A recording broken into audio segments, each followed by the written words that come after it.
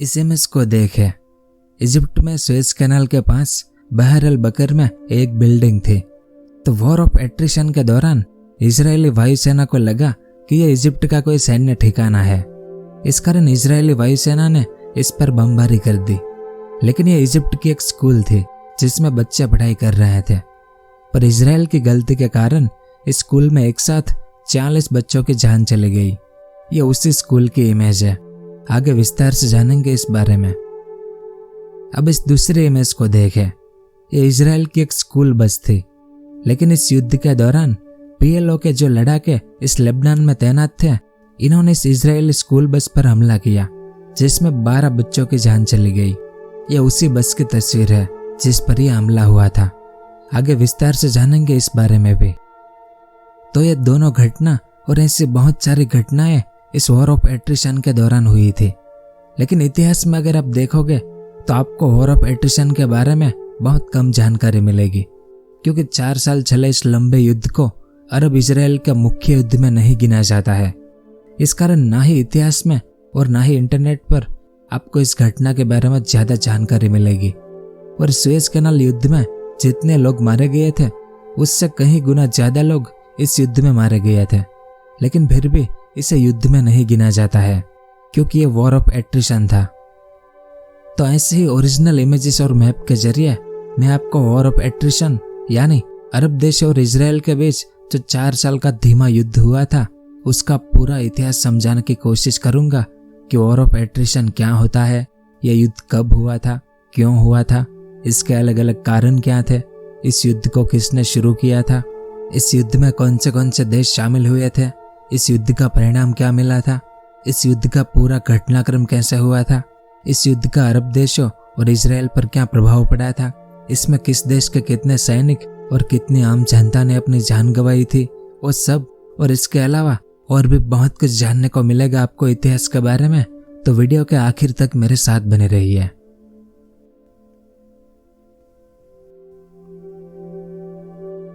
तो इजराइल फिलिस्तीन विवाद की इस सीरीज में अब तक हमने 4 वीडियो बना दी है। पहली इजराइल का निर्माण, दूसरी अरब और इजराइल का पहला युद्ध, तीसरी सुएज कैनाल का युद्ध और आखिरी वीडियो में अरब इजराइल का तीसरा युद्ध यानी 6 दिन के युद्ध का इतिहास अब तक हमने जान लिया है, यानी 1967 तक का इतिहास। तो इस वीडियो में हम यहाँ से आगे का इतिहास जानेंगे। उम्मीद करता हूँ कि आपने ये पिछली सभी वीडियो देख ली होगी। खैर, तो 1967 वो समय था जब इजराइल के सभी पड़ोसी देश जो कि सब अरब देश है, जिसमें Egypt, Saudi Arabia, Jordan, Syria, Iraq और ये लेबनान मुख्य अरब देश थे। तो ये सब चाहते थे कि इस जमीन से इजराइल का नामो निशान मिटा देना है। और इससे पहले इजराइल ने हमारे लाखों फिलिस्तीनी लोगों को भगा दिया था, उन्हें वापस इस जमीन पर बसाना है। इस कारण इन सभी अरब देशों ने इजराइल से युद्ध किया 1967 में। लेकिन इजराइल ने सिर्फ 6 दिन में सभी अरब देशों को हरा दिया और ऊपर से इजराइल ने अरब देशों की जमीन पर भी कब्जा कर लिया। इस मैप में आप देख सकते हैं इजराइल ने इस इजिप्ट से ये पूरा सिनाई प्रायद्वीप और ये गाजा पट्टी दोनों कब्जा ली। इस जॉर्डन से ये पूरी वेस्ट बैंक और ये पूर्वी यरूशलेम भी इजराइल ने कब्जा लिया। और इस सीरिया से ये पूरी गोलन हाइट भी इजराइल के कंट्रोल में आ गई थी। यानी अरब देशों ने जिस उम्मीद के साथ ही युद्ध शुरू किया था उस पर इजराइल ने पानी फेर दिया और ये अरब देशों के लिए एक शर्मनाक हार थी। इस कारण सभी अरब देश गुस्से में थे क्योंकि वो इजराइल को मिटा तो नहीं पाए और ऊपर से इजराइल ने अरब देशों की और जमीन कब्जा ली और लाखों और फिलिस्तीनी लोगों को निष्कासित करके उन्हें भगा दिया गया। इस कारण अरब देशों का गुस्सा जायज था और 1967 के युद्ध के कुछ दिनों बाद ही सभी अरब देशों के लीडरों की बैठक हुई, जिसमें अरब लीडरों द्वारा यह फैसला लिया गया कि इजराइल के साथ कोई बातचीत नहीं, इजराइल को कोई मान्यता नहीं और इजराइल के साथ कोई शांति समझौता नहीं। अब अरब देशों को उनकी ये जमीन भी इजराइल से वापस लेनी थी, जिस पर अब इजराइल ने कब्जा कर लिया था इस युद्ध के दौरान। दूसरी ओर अगर अरब देश इजराइल के साथ शांति समझौता करके इजराइल को एक देश के रूप में मान्यता दे दे तो इजराइल भी अरब देशों को उनकी जमीन वापस लौटाने के लिए राजी था। लेकिन अरब देशों को शांति समझौता करना नहीं था क्योंकि आत्मसम्मान का सवाल था। यानी अब अरब देशों के पास एक ही रास्ता था, या तो इजराइल से युद्ध करना, या इजराइल को कमजोर करना, या फिर इजराइल को अरब देशों की जमीन खाली करने के लिए मजबूर करना। दूसरी ओर अरब देशों के हीरो अब्दुल नासिर, जो कि इस इजिप्ट के प्रेसिडेंट थे, तो इजिप्ट भी यह 6 दिन का युद्ध हारा था इजराइल से और इसने अपना एक पूरा सिनाई प्रायद्वीप खो दिया था। तो अब्दुल नासिर पर दबाव बढ़ता जा रहा था। इस कारण इसके बाद नासिर को सिनाई प्रायद्वीप वापस पाने के लिए कुछ कदम उठाने की जरूरत महसूस हुई और इन्होंने इजराइल के साथ वॉर ऑफ एट्रिशन शुरू किया 1967 में ही, यानी 6 दिन के युद्ध के कुछ दिनों बाद ही। तो वॉर ऑफ एट्रिशन क्या होता है? तो इसका सीधा मतलब यह होता है कि दुश्मन की सामरिक और मानसिक ताकत को कमजोर करना, जिसमें दुश्मन की सेना को बार बार हानि पहुंचाना और उसे कमजोर करना होता है, ताकि दुश्मन की सेना का मनोबल कमजोर हो और उसे समझौता करने के लिए मजबूर होना पड़े। इसका सबसे बेहतरीन उदाहरण प्रथम विश्व युद्ध में देखने को मिला था, जब पश्चिमी मोर्चे पर दोनों सेनाओं ने एक दूसरे को कमजोर करने की लंबी कोशिश की थी। यानी आमतौर पर ऐसा युद्ध लंबे समय तक चलता है और यहाँ पर भी ऐसा ही हुआ। इस मैप को देखें। इस पूरे सिनाई प्रायद्वीप पर इजरायली सेना ने बेस बना रखे थे। तो जुलाई 1967 में इजिप्ट की वायुसेना ने सिनाई में कई इजरायली ठिकानों पर हमला करके वॉर ऑफ एट्रिशन की शुरुआत की, जिसके बाद इजिप्ट ने अपनी वायुसेना, पैदल सेना और नेवी से छुटपुट हमले शुरू किए इजराइल पर, जिस दौरान 12 जुलाई के दिन रोमानी तट की लड़ाई हुई, जो यहाँ मेडिटेरियन समुद्र में हुई थी। तो इस लड़ाई में इजिप्ट की 2 नौकाओं ने इजरायली विध्वंसक पर हमला करने की कोशिश की, लेकिन इजरायली नौसेना ने इजिप्ट की दोनों नौकाओं को डुबो दिया, जिसमें नौकाओं पर सवार सारे सैनिक भी शहीद हो गए। लेकिन इसके बाद 21 अक्टूबर के दिन इजिप्ट की नौसेना ने मिसाइल हमला करके इजरायली विध्वंसक को डुबो दिया, जिसमें इजराइल के 46 नेवी सैनिक शहीद हो गए और यह इजराइल के लिए बहुत बड़ा झटका था।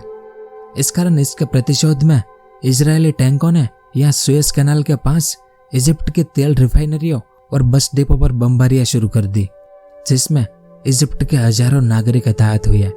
इस कारण इसके बाद इजिप्ट को इस क्षेत्र से बड़ी संख्या में अपने नागरिकों को निकालकर इन्हें दूसरी जगह पर ट्रांसफर करना पड़ा। इसी तरह से 1967 में कभी इजिप्ट की वायुसेना इजरायली ठिकानों पर बमबारी करती थी, तो कभी इजरायली वायुसेना इजिप्ट के ठिकानों पर बमबारी करती थी, और कभी दोनों के पैदल सेनाएं एक दूसरे पर गोलियां चलाती थी। लेकिन यह सब बहुत छोटे लेवल पर चल रहा था, यह सुएज कैनाल के आसपास के क्षेत्रों में। दूसरी ओर इजराइल ने जिन लाखों फिलिस्तीनी लोगों को भगाया था पहले, उन्होंने इजराइल से लड़ने के लिए PLO संगठन बनाया था, जिस PLO के लड़ाके इस जॉर्डन और सीरिया में तैनात थे। तो इसमें से PLO का एक बड़ा अड्डा जॉर्डन के स्कराम शहर में था, जहां से PLO लड़ाके बार बार इजरायली नागरिकों पर चोरी छिपे हमले कर रहे थे और उनकी जानें ले रहे थे। तो 21 मार्च 1968 के दिन इजराइल ने जॉर्डन के स्कराम शहर पर हमला किया। हमले का लक्ष्य यह था कि करामे में PLO का जो अड्डा है उसे नष्ट करना और PLO के लीडर यासिर अराफत को गिरफ्तार करना था। तो पूरा दिन इस करामे में इजरायली सेना और PLO के बीच लड़ाई चली, जिसमें इजराइल ने PLO का अड्डा लगभग नष्ट कर दिया था और PLO के 141 लड़ाकों को इजराइल ने बंदी बना लिया। लेकिन इसमें इजराइल ने भी अपने दर्जनों सैनिक खो दिए थे। पर इजराइल के इस हमले के बाद इस जॉर्डन ने फिलिस्तीनियों के साथ मिलकर इजराइल पर हमलों की तादाद बढ़ा दी। दूसरी ओर 8 सितंबर 1968 के दिन इस सुएज कैनाल पर इजिप्ट के टैंकों ने एक इजरायली बेस पर हमला कर दिया। इसमें भी 10 इजरायली सैनिक शहीद हो गए। लेकिन इसके जवाब में इजरायली कमांडो ने ऑपरेशन शॉक को अंजाम दिया, जिसमें इजरायली कमांडो ने बेहिसाब बमबारी की। इस कारण इजिप्ट का एक इलेक्ट्रिक स्टेशन, नील नदी के 2 बांध और एक पुल नष्ट हो गया। अब इजिप्ट में बांध और इलेक्ट्रिक स्टेशन नष्ट होने से इजिप्ट में पावर की कमी के कारण ब्लैकआउट हो गया। इस कारण इसके बाद अब्दुल नासिर को कुछ महीनों के लिए वॉर ऑफ एट्रिशन को बंद कर देना पड़ा।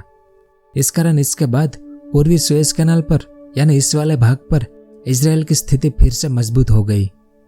अब इस मैप को देखें। सुएज कैनाल के पूर्वी छोर पर इजराइल ने अपनी स्थिति और मजबूत करने के लिए बार लेव लाइन का निर्माण किया। इसमें जो लाल रंग की पूरी लाइन है, यह है बार लेव लाइन। दिखने में ये कुछ ऐसी दिखती है, इस इमेज में भी आप देख सकते हैं। तो सुएज कैनाल के एक छोर पर अब इजराइल काफी मजबूती से तैनात हो गया था और उस समय ऐसा माना जाता था कि अब इजिप्ट इस बार लेव लाइन को कभी क्रॉस ही नहीं कर पाएगा। और जब 9 मार्च 1969 के दिन इजिप्ट के general Abdul Munim Riad Suez canal का दौरा करने गए तो इजरायली हमलों के दौरान इनकी मौत हो गई। इस कारण इजिप्ट की सेना ने बार लेव लाइन पर हमला किया, जिसमें इजरायल के 46 सैनिक तो सामने इजिप्ट के इससे भी ज्यादा सैनिक शहीद हो गया। इसके बाद जुलाई 1969 में इजरायल ने ऑपरेशन बॉक्सर को अंजाम दिया, जिसमें पूरी इजरायली वायुसेना ने सुएज कैनाल को पार करके इजिप्ट की इस मुख्य भूमि पर हमला किया, जिसमें इजरायली वायुसेना ने इजिप्ट के दर्जनों विमानों, टैंकों और तोपखानों को नष्ट कर दिया। और एक अनुमान के अनुसार इस हमले में इजिप्ट के 300 सैनिक भी शहीद हो गए और ऊपर से इजिप्ट के कई सैन्य बेस भी गंभीर रूप से क्षतिग्रस्त हो गए थे। फिर जुलाई से दिसंबर के बीच इजरायल ने सुएज कैनाल के इस तरफ इजिप्ट के ठिकानों पर हवाई हमलों की एक सीरीज शुरू की, जिसे फ्लाइंग आर्टिलरी कैंपेन कहा जाता है, जिसके तहत इजरायली वायुसेना ने सिर्फ अगस्त महीने में ही लगभग 1000 लड़ाकू उड़ानें भरी, जिसमें इजिप्ट की दर्जनों साइटें नष्ट हो गई और इजिप्ट के 21 विमान भी नष्ट हो गया। इसके अलावा इस हमले के दौरान इजिप्ट के सैकड़ों सैनिक तो शहीद हो गया, लेकिन इजिप्ट में जो सोवियत संघ के सलाहकार थे वह भी मारे गए। फिर 9 सितंबर 1969 के दिन इजरायल ने ऑपरेशन रविव शुरू किया, जो एक बहुत ही अजीब तरह का ऑपरेशन था। ऐसा इतिहास में कभी कभार ही होता है, क्योंकि इस ऑपरेशन में इजरायली सेना ने इजिप्ट की सेना की वर्दी पहनकर इजिप्ट के ही टैंकों पर कब्जा कर लिया। इस इमेज में आप देख सकते हैं, यह इजिप्ट का टैंक है, लेकिन इसका कंट्रोल अब इजरायली सैनिकों के हाथ में था। और इजिप्ट के इन्हीं टैंकों से इजरायली सैनिकों ने इजिप्ट की ही 12 सैन्य साइटों को नष्ट कर दिया। यानी दुश्मन के इलाके में 9 घंटे तक बिना किसी बाधा के इजरायली सेना ने इजिप्ट के 200 सैनिक, एक कर्नल और 2 सोवियत सलाहकारों को शहीद कर दिया, वो भी उनके ही हथियारों से। फिर इसके बाद 17 अक्टूबर 1969 के दिन अमेरिका और सोवियत संघ ने इस संघर्ष को समाप्त करने के लिए राजनयिक वार्ता शुरू की। और इस वार्ता के कुछ समय बाद इन दोनों महासत्ताओं ने तय किया कि इजराइल सिनाई प्रायद्वीप से अपनी सेना हटा ले और सामने इजिप्ट अपना वॉर ऑफ एट्रिशन खत्म कर दे। लेकिन इजराइल और इजिप्ट दोनों ने इसे अस्वीकार कर दिया कि यह हमें बिल्कुल भी मंजूर नहीं है। और अब्दुल नासिर अपने भाषणों और बयानों में ये साफ साफ कह रहे थे कि इजराइल के साथ कोई भी सीधी शांति वार्ता आत्मसमर्पण के समान है। इस कारण हम इस वार्ता को अस्वीकार करते हैं। यानी वॉर ऑफ एट्रिशन को खत्म करने की पहली कोशिश असफल हो गई।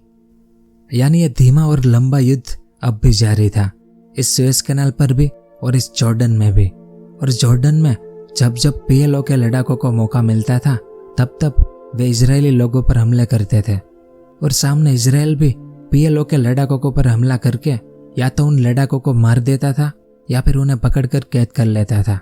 और देखते ही देखते पीएलओ के कई लड़ाके इजरायल की कैद में थे। फिर 1970 शुरू होते होते इजिप्ट की वायुसेना काफी हद तक तबाह हो गई थी। इस कारण प्रेसिडेंट अब्दुल नासिर फिर से सोवियत संघ के पास गए नए आधुनिक हथियार खरीदने। लेकिन शुरुआत में सोवियत संघ ने मना कर दिया कि हम आपको आधुनिक हथियार नहीं देंगे। इस कारण अब्दुल नासिर ने अपने पद से इस्तीफा देने की धमकी दी, जिसका मतलब था कि भविष्य में इजिप्ट मदद के लिए अमेरिका का दरवाजा खटखटाएगा। तो ऐसा ना हो, इस कारण सोवियत संघ ने फिर से इजिप्ट की मदद करना शुरू किया। सैकड़ों विमान, सैकड़ों tank, missile, anti aircraft missile सहित सोवियत संघ ने जनवरी 1970 तक में अपने 2500 सलाहकार भी इजिप्ट में भेजे। और 30 जून तक में सोवियत सलाहकारों की संख्या बढ़कर 12,000 से ज्यादा हो गई थी इजिप्ट में। अब इजरायल भी यह सब देख रहा था, तो तुरंत इजरायल ने 22 जनवरी के दिन ऑपरेशन रॉड्स शुरू किया, जिसमें इजरायली पैराट्रूपर्स और नौसैनिक कमांडो को सिनाई प्रायद्वीप के नीचे इस शादवान द्वीप पर उतारा गया, जहां पर इजरायली सेना ने इस द्वीप पर इजिप्ट के सभी हथियारों को नष्ट कर दिया और इस द्वीप पर भी कब्जा कर लिया। इस दौरान इजिप्ट के 70 सैनिक शहीद हो गए और 62 सैनिकों को इजरायल ने बंदी बना लिया। सामने इजराइल के भी 3 सैनिक शहीद हो गए थे। फिर 28 जनवरी के दिन इजरायली वायुसेना ने इजिप्ट की राजधानी कायरो के एक उपनगर में एक इमारत पर हमला किया जिसमें सोवियत संघ के सलाहकार रहते थे। इस कारण इस बमबारी में 40 सोवियत सलाहकार मारे गए। फिर फरवरी 1970 में इस गोलन हाइट पर इजरायली और सीरियाई सेना के बीच भी चुटपुट लड़ाइयाँ शुरू हुई। यानी इजराइल का यह धीमा युद्ध अब सीरिया, जॉर्डन और इजिप्ट तीनों के साथ शुरू हो गया था। और लगभग इसी समय पर इजिप्ट की एक कमांडो टुकड़ी ने यहाँ सिनाई में मितला दर्रे के पास हमला करने की कोशिश की, लेकिन इजराइल ने इजिप्ट के सभी कमांडो को पकड़कर उन्हें बंदी बना लिया। इसके बाद एक दुखद घटना घटी। 8 अप्रैल 1970 के दिन इजरायली वायुसेना ने इजिप्ट के स्कूल को सैन्य प्रतिष्ठान समझकर गलती से उस स्कूल पर बमबारी कर दी, जिसे बहर अल बकर प्राइमरी स्कूल बॉम्बिंग की घटना कहते हैं। इसमें इजराइल की गलती के कारण 40 बच्चों की जान चली गई। इस कारण इस गलती के बाद इजराइल ने अपने हमलों की तादाद कम कर दी, पर इससे इजिप्ट को अपने सैन्य ठिकानों को मजबूत करने का मौका मिल गया और इजिप्ट ने फिर से पुनः निर्माण भी शुरू कर दिया। दूसरी ओर 3 मई 1970 के दिन जॉर्डन में एक लड़ाई हुई जिसमें इजरायली सैनिकों द्वारा 21 PLO लड़ाकों को मार दिया गया। फिर जुलाई 1970 में इस तरफ इजरायली लड़ाकू विमानों ने इजिप्ट के हथियार गोडाउन पर हमला किया, जिसमें हथियारों की सभी बैटरियां बर्बाद हो गई और 8 सोवियत सलाहकार भी मारा गया। और लगभग यही वो समय था जब यह धीमा युद्ध थोड़ी तेजी से आगे बढ़ रहा था और सभी ओर से हमलों की तादाद लगातार बढ़ती जा रही थी। कभी सीरिया हमला करता था तो कभी इजराइल उन पर हमला करता था। नीचे जॉर्डन और इजराइल भी एक दूसरे पर हमलों की तादाद बढ़ाते जा रहे थे और इसी समय पर यह लेबनान भी इसमें कूद पड़ा था। इस दौरान लेबनान के PLO लड़ाकों ने इजराइल के एक स्कूल बस पर हमला किया, जिसमें स्कूल के 12 बच्चों की जान चली गई। फिर इस तरफ सुएज कैनाल पर इजरायली गश्ती दल पर इजिप्ट ने घात लगाकर हमला किया, जिसमें 13 इजरायली सैनिक मारे गए और 2 इजरायली सैनिकों को इजिप्ट ने बंदी बना लिया। लेकिन इसके बाद इजराइल और इजिप्ट दोनों ने एक दूसरे पर बारी बारी से हवाई हमले करने शुरू कर दिए, जिसमें दोनों ओर के दर्जनों सैनिक शहीद हो गए और यह सिलसिला चलता रहा अगले 3 महीने तक, यानी अगस्त 1970 तक। तो पिछले 4 साल से यह वॉर ऑफ एट्रिशन चल रहा था। शुरू में यह सामान्य सा था, लेकिन जैसे जैसे आगे बढ़ता गया वैसे वैसे बड़ा होता गया। इस कारण अमेरिका और सोवियत संघ दोनों अपने अपने फायदे देखकर शांति वार्ता के जरिए इसे खत्म करने की कोशिश में लगे थे, लेकिन इसमें ये दोनों बार बार असफल हो रहे थे। लेकिन आखिर में वैश्विक दबाव के कारण यह शांति मुमकिन हुई। 7 अगस्त 1970 के दिन एक युद्ध विराम समझौता हुआ, जिसे अरब देशों और इजराइल यानी दोनों पक्षों ने स्वीकार भी किया। इस समझौते में यह तय हुआ था कि युद्ध विराम रेखा यानी 6 दिन के युद्ध के बाद जो रेखा अस्तित्व में थी, एक तो यह सिनाई में सुएज कैनाल रेखा थी, दूसरी इस वेस्ट बैंक में ये वाली रेखा और गोलन हाइट में ये वाली रेखा। तो इन रेखाओं की दोनों ओर 50 किलोमीटर तक के क्षेत्र में किसी को भी सैन्य कार्रवाई करने की मनाही कर दी गई। जो स्थिति थी सबकी उस स्थिति पर बने रहने का आदेश सभी देशों ने स्वीकार किया। तो कुछ इस तरह से शांति समझौता हुआ था। तो इसके बाद ऐसा लग रहा था कि कम से कम कुछ दिनों तक तो शांति बनी रहेगी, लेकिन इजिप्ट ने इस युद्ध विराम के कुछ ही मिनटों के बाद अपनी साइटों का पुनः निर्माण फिर से शुरू कर दिया। पर इस बार इजिप्ट बिना कोई हमले के यानी एकदम शांति से ये सब पुनः निर्माण कर रहा था। तो अब इजिप्ट ऐसा क्यों कर रहा था? क्योंकि इजिप्ट को पता था कि इजराइल फिलिस्तीन विवाद अभी भी जारी है और हमारा सिनाई प्रायद्वीप भी इजराइल के कब्जे में है, तो इसे लेकर भविष्य में युद्ध होने की पूरी संभावना है। पर इजिप्ट ज्यादा कुछ कर पाता इससे पहले ही 28 सितंबर 1970 के दिन इजिप्ट के राष्ट्रपति और अरब देशों के हीरो अब्देल नासिर की दिल का दौरा पड़ने से मौत हो गई। अब अब्देल नासिर अपने कार्यकाल में इजराइल के सामने कभी झुके नहीं थे और सामने इजराइल भी सीना तान के ही खड़ा था। इस कारण 1956 से लेकर 1970 तक 2 बड़े युद्ध हुए और एक ये धीमा युद्ध हुआ और एक दूसरे पर छुटपुट हमले हमेशा जारी रहे थे। लेकिन अब्देल नासिर के जाने के बाद ये व्यक्ति इजिप्ट के नए प्रेसिडेंट बने। अगर आप में से किसी को इनका नाम पता हो तो नीचे कमेंट करके बताएं, क्योंकि ये वो व्यक्ति है जो इजराइल पर आने वाले तूफान से पहले की शांति थे। तो इनका नाम और इनका काम और इजराइल पर जो तूफान टूट पड़ा था उसके बारे में हम अगली वीडियो में विस्तार से जानेंगे। तो कुछ इस तरह से वॉर ऑफ एट्रिशन यानी अरब और इजराइल का धीमा और लंबा युद्ध खत्म हुआ था। खैर, तो अब बात करते हैं कि इस युद्ध का परिणाम क्या मिला। तो इस युद्ध में सोवियत संघ ने अपने कई आधुनिक हथियार इजिप्ट को दिए थे, लेकिन इजराइल ने इन आधुनिक हथियारों का सामना करके खुद को विदेशी प्रकार के आधुनिक युद्ध के लिए तैयार कर दिया था। यानी इसमें सोवियत संघ की भागीदारी के बावजूद इजराइल मजबूती से खड़ा रहा।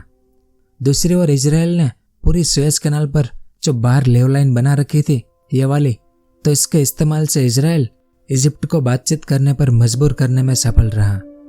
पर सामने इजिप्ट ने इस युद्ध को एक बड़ी जीत के रूप में देखा, क्योंकि अपनी वायुसेना और अपने कई सैनिकों को खोने के बावजूद भी इजिप्ट के पास अब इजरायली वायुसेना का मुकाबला करने की क्षमता आ गई थी। अब इससे पहले भी इस युद्ध को रोकने की कोशिश की गई थी, लेकिन दोनों पक्ष इसके लिए राजी नहीं हो रहे थे। तो यहाँ पर आपके मन में सवाल आया होगा कि इस बार दोनों पक्ष राजी कैसे हो गए। तो इजराइल ने ये युद्ध विराम इसलिए स्वीकार कर लिया क्योंकि इनके इजिप्ट पर हमलों के दौरान कई सोवियत सलाहकार मारे गए थे और सोवियत संघ भी धीरे धीरे इस युद्ध में आगे आ रहा था। इस कारण इजराइल नहीं चाहता था कि उनका सीधा मुकाबला सोवियत संघ के साथ शुरू हो, इसलिए इजराइल ने यह युद्ध विराम समझौता स्वीकार कर लिया। दूसरी ओर इजिप्ट ने भी इस युद्ध विराम को स्वीकार कर लिया, क्योंकि सुएज कैनाल पर अपने भारी नुकसान और कैनाल वाले क्षेत्र में इजिप्ट के जो शहर थे ये सुएज, इस्माइलिया, फरीद जैसे शहर, तो इस युद्ध के कारण इन शहरों के लोग इजिप्ट में इस तरफ पलायन करने लगे थे, जिससे इन शहरों की आबादी कम होती जा रही थी। तो इसे रोकना इजिप्ट के लिए बहुत जरूरी था। इस कारण इजिप्ट भी बेताब था इस युद्ध विराम के लिए। यानी जिस उम्मीद के साथ अब्देल नासिर यानी इजिप्ट ने यह वॉर ऑफ एट्रिशन शुरू किया था, ताकि जिस अरब देशों की जमीन पर इजराइल ने कब्जा कर रखा था 6 दिन के युद्ध के दौरान, वहां से इजराइल को भागने के लिए मजबूर करना था, लेकिन ऐसा कुछ हुआ नहीं। इस कारण अरब देश गुस्से से लाल हो गए थे और यह गुस्सा इतना ज्यादा था कि जब अगली वीडियो में आप इस बारे में जानोगे तो आपके रोंगटे खड़े हो जाएंगे। खैर, तो आखिर में यह भी जान लेते हैं कि इस युद्ध में किस देश के कितने सैनिक और कितने आम लोगों ने अपनी जान गंवाई थी। तो 15 जून 1967 से लेकर 8 अगस्त 1970 तक चले इस धीमे युद्ध में इजराइल के 1424 सैनिक शहीद हो गए थे और 726 इजरायली आम जनता ने भी अपनी जान गंवा दी थी। अब ये आंकड़े अनुमानित है, क्योंकि अलग अलग इतिहासकारों ने अलग अलग आंकड़े दिए हैं। और इसके अलावा इस युद्ध में इजराइल ने अपने 25 जितने सैन्य विमानों को खो दिया था। फिर बाकी युद्धों की तरह इस युद्ध में भी अरब देशों का नुकसान इजराइल से कहीं ज्यादा था, लेकिन सटीक आंकड़ों का पता लगाना मुश्किल है, क्योंकि अरब देशों ने आधिकारिक आंकड़ों का कभी खुलासा ही नहीं किया। इस कारण अनुमान है कि इजिप्ट के 2882 से लेकर 10,000 सैनिक और नागरिकों की मौत हो गई थी। इसके अलावा इस युद्ध में इजिप्ट के 114 सैन्य विमान नष्ट हो गए थे और इनके कई नौसैनिक जहाज भी डूब गए थे। फिर इस युद्ध में सोवियत संघ के जो सलाहकार इजिप्ट में काम कर रहे थे उनमें से 100 से ज्यादा सलाहकार मारे गए थे। दूसरी ओर पीएलओ की बात करें तो इनके 1828 लड़ाके मारे गए और 2500 से ज्यादा लड़ाकों को इजराइल ने बंदी बना लिया था। इस जॉर्डन के 300 सैनिक शहीद हो गए थे और इस सीरिया के 500 सैनिक इस युद्ध में शहीद हो गए थे। तो इस वीडियो में हमने वॉर ऑफ एट्रिशन का पूरा इतिहास जाना। असल में यह धीमा युद्ध अरब इजराइल के बीच हुए मुख्य युद्धों में नहीं गिना जाता है, लेकिन ये छुटपुट लड़ाइयों की एक लंबी श्रृंखला थी जिसमें हजारों लोग मारे गए थे। तो इजराइल फिलिस्तीन विवाद की यह 5वीं वीडियो थी जिसमें हमने 1970 तक का इतिहास जाना। तो अगली वीडियो में हम यहाँ से आगे का इतिहास जानेंगे, यानी अरब और इजराइल के बीच हुए आखिरी युद्ध का इतिहास। तो यहाँ सब कुछ था इस वीडियो में। आपको यह वीडियो कैसा लगा नीचे कमेंट करके जरूर बताएं। अगर वीडियो पसंद आया हो तो इसे लाइक और शेयर जरूर करें। पूरा वीडियो देखने के लिए आपका बहुत बहुत धन्यवाद।